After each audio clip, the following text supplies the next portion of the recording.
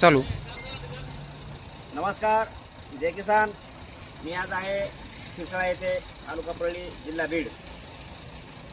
संबंध महाराष्ट्रामध्ये किंवा भारतामध्ये म्हणणं वावगं वाटणार नाही, कारण या ठिकाणी संबंध भारतामध्ये अशी सध्या परिस्थिती झाली आहे की डिझेल, पेट्रोल, गॅस या गोष्टीचा प्रचंड तुटवडा व उणीव या ठिकाणी भासत आहे.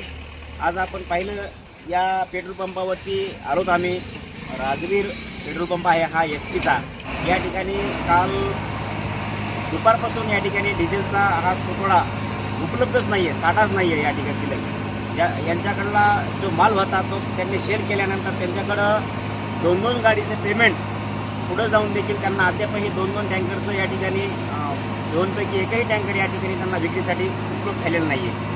मी आता या ठिकाणी जाऊन मध्ये चौकशी केल्यानंतर आम्हाला असं त्यांनी सांगितलं की आम्ही 2 गाड्याचे पेमेंट पुढं पास केलेले आहेत, जे की एका गाडीमध्ये 19 लिटरचा त्यांचा जो कोटा असतो, हा 19 लिटरचा कोटा जे की 2 टँकरचे पैसे बनले म्हणजे 38 लिटरचा जो 19,000चा जो कोटा आहे, 19,000 लिटरचा एक टँकर असतं. असे 2-2 टँकरचे पैसे भरून देखील त्यांना आताही विक्रीसाठी एकही टँकर या ठिकाणी उपलब्ध नसल्या कारणाने या ठिकाणी आपण पाहू शकता या पंपावरती असं फुल्लं झालेलं आहे. म्हणजे कुठलंही या ठिकाणी 4चाकी वाहन जे की डिझेलवर चालतं ते वाहन या ठिकाणी आम्हाला पाहायला मिळत नाही आहेत. आता जे काही 2-3 वाहनं या ठिकाणी दिसतात हे डिझेल वाचून या ठिकाणी बंद आहेत, ज्यांना की डिझेल पुढं जाण्यासाठी नसल्या कारणानं या ठिकाणी बंद आहेत.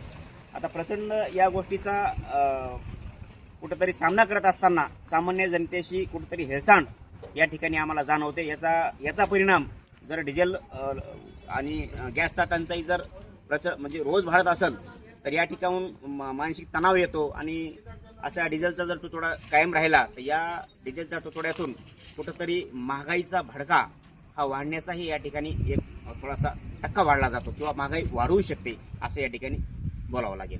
आपण